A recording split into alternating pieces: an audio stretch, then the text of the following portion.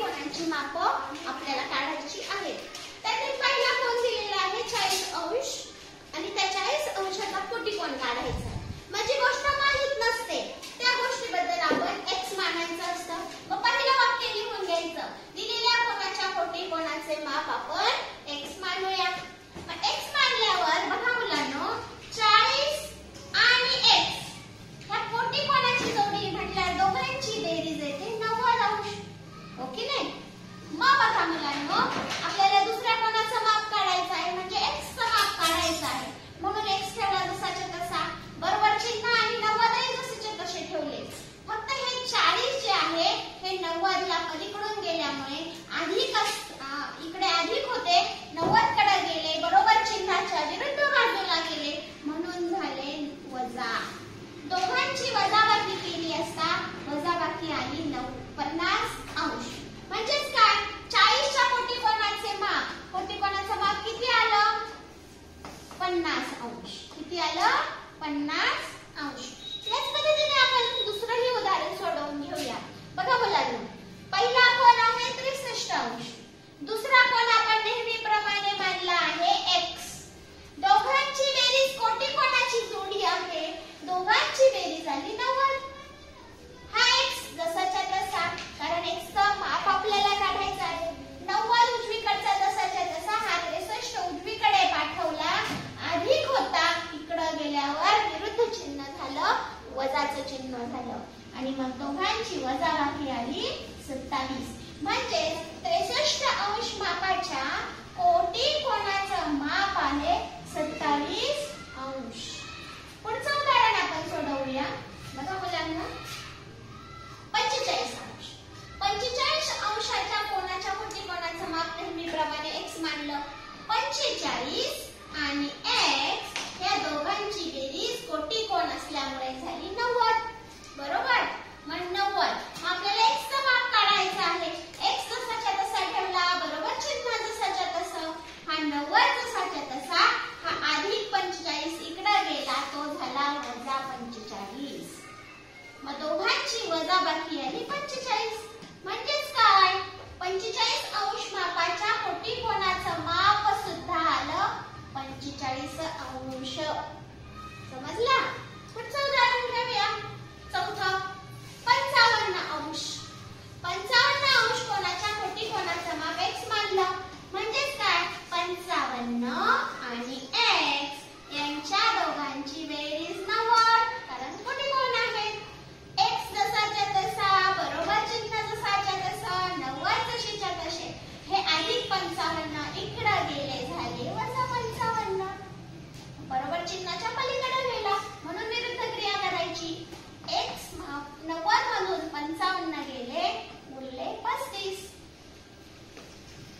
म्हणजे 55 अंश कोटिकोण, त्या कोटिकोणाचं माप झालं 35 अंश.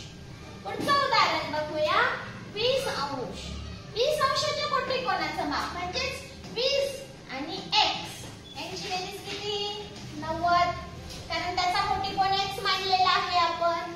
मग x ची किंमत काढायची म्हणून x हलवायचा नाही, 90 जसेच्या तसे ठेवले.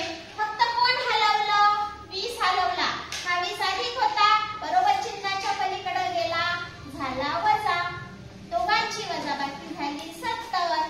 म्हणजेच काय कोटिकोणाचं माप किती आलं 20 अंशाच्या कोटिकोणाचं मापाच्या जोडीचं ते आलं 70 अंश. म्हणजे एक कोण जर 20 अंश असेल तर त्याची जोडी येणार 70 अंशाची.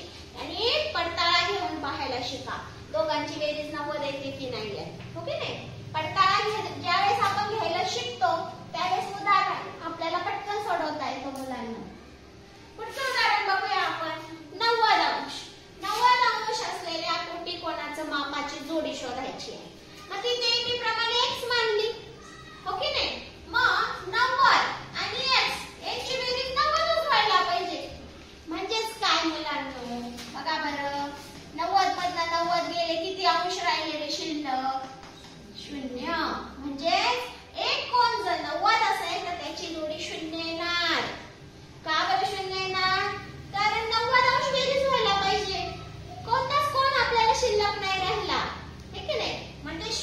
अंश हे त्याचं काय आलं उत्तर.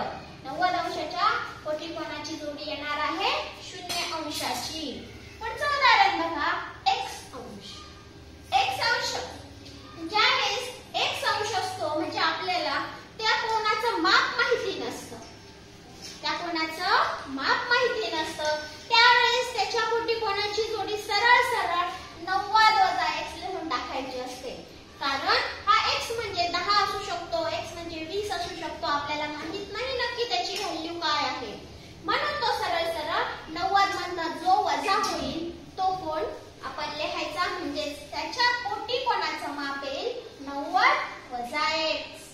समजतंय? पुढचा प्रश्न बघूया आता आपण. काय आहे तो प्रश्न बघा. y वजा 20 अंश आणि y अधिक 30 अंश हे एकमेकांचे कोटीकोण आहेत. तर प्रत्येक कोणाचं माप काढा. माप दिलंय आपल्याला y च्या भाषेत. माप कशाच्या भाषेत दिलंय? y च्या भाषेत. त्यांनी असं स्पष्ट दिलंय का? नाही. मग याचाच अर्थ आपल्याला y ची किंमत काढावी लागणार आहे. आपल्याला एक क्लू त्यांनी दिलेला आहे. कोणता क्लू दिलेला आहे? की ते दोन कोण परस्परांचे कोटीकोण आहेत.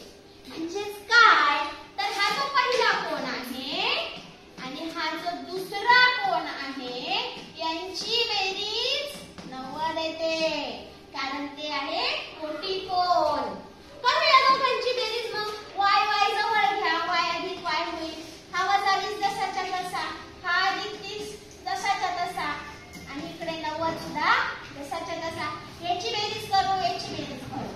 y आणि y ची बेरीज झाली 2y.